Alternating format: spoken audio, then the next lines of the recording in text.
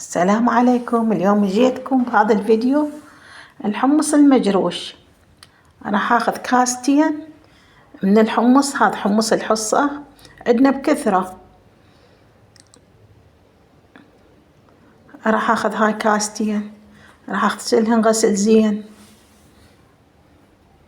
هاي بعد ما غسلتهن راح انقعهن بماي، خليت لهن ماي يغطيهن. هو بعدين راح يتكاثر. وهسه جيتكم بحديقتي، خل نفطر انا وياكم بحديقتي تشوفونها.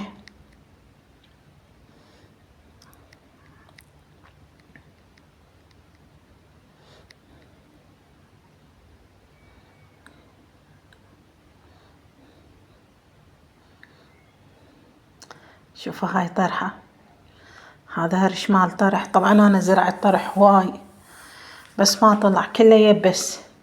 هذا شهر السابع حار، حيل حار وكله يبس. الماي قليل، مرات ينقطع الماي ما يصب. ماي النهر مالح.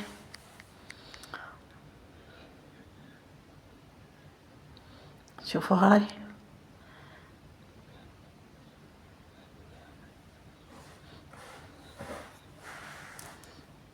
طرحة، هذا طرحنا. هاي غير اللي لقطونه جهالي، هذا مظلات جوا.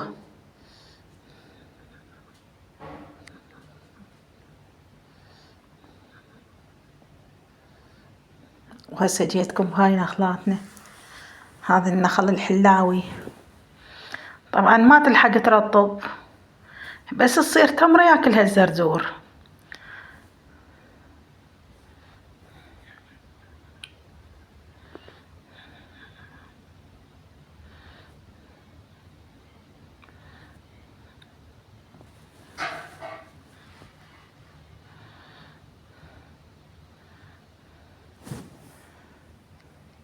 هنا هذني رطبات، شوفوا رطبات، هذا العذق بيه رطب.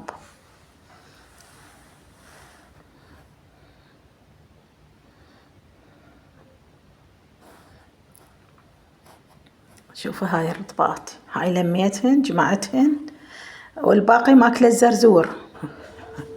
هاي جيتكم بالحمص هسه بعد ما نقع مدة 5 ساعات وتكاثر، صار بقد النقعته مرتين، يعني زاد وصار خير من الله.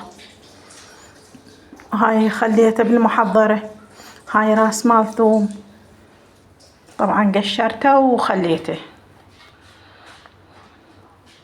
وهاي شوي كراث، اطحن عليها شوية كراث،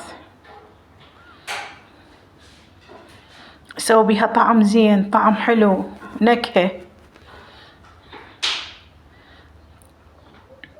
هاي اجيب لي شوية كرفس، هاي الكرفس اخلي لها.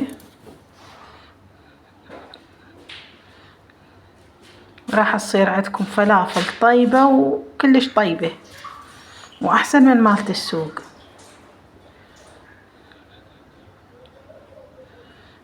هاي اخليها محضرة الطعام.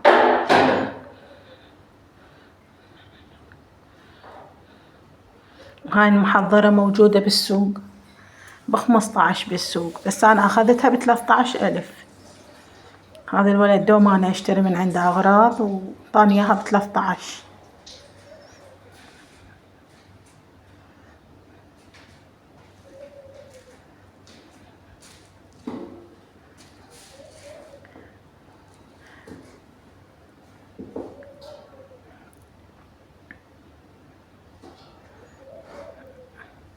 هاي بعد ما طحنتها باقيات حبات بالريقان حتى كله ينطحن، انزلهم بالخاشوقة.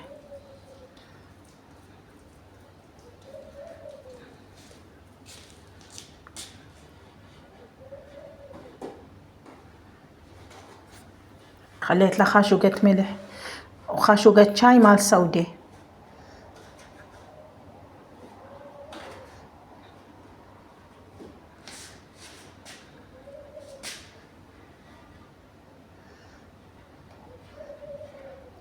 مرة أدوس على رقم 1 والنوب على رقم 2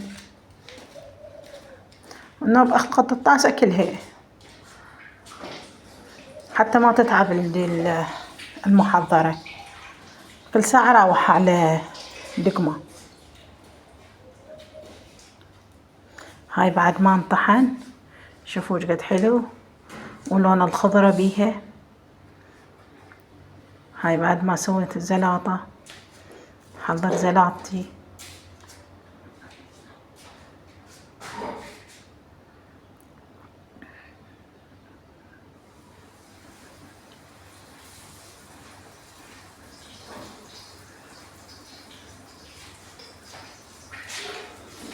طبعا هسه انا مخليه الزيت على النار يحمى. من يحمى الزيت حيل يحمى انزل بيه الفلافل.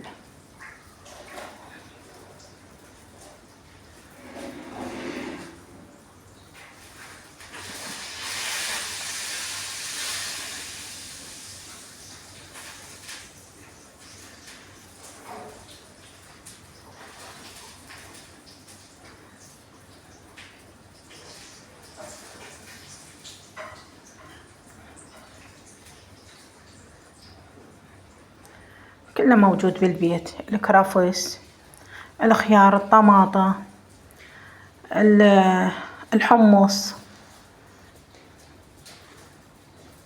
أحسن من ما تحتارين بعشاك. عندك حمص بس تنقعينه وهاي كله متوفر. الثوم، الكرفس، إذا ما عندك كراث مو مشكلة. الطماطة شوية غالية، طماطة اليوم ب1500 والخيار الكيلو ب500. هاي بعد ما فار الزيت حمى حيل أثقبها من الوسط الفلفولة وأنزلها بالتاوة.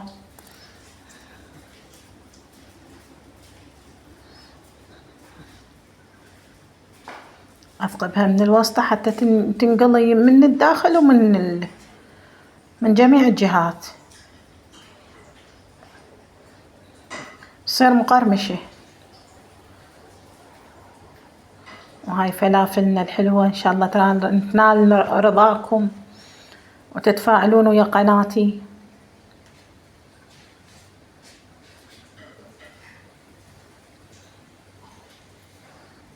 بسرعة انقلت لين الدهن حامية.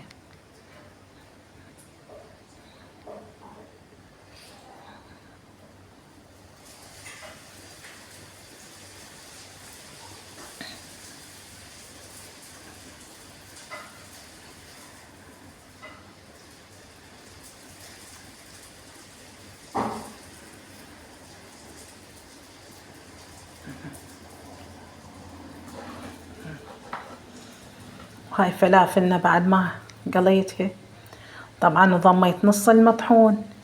العجينة نصها ضميتها بالثلاجة، خليتها الباكر، خليتها بكيس وخليتها بالفريزر. باكر غير يوم اسويها، يعني شو وقت ما اريد اطلع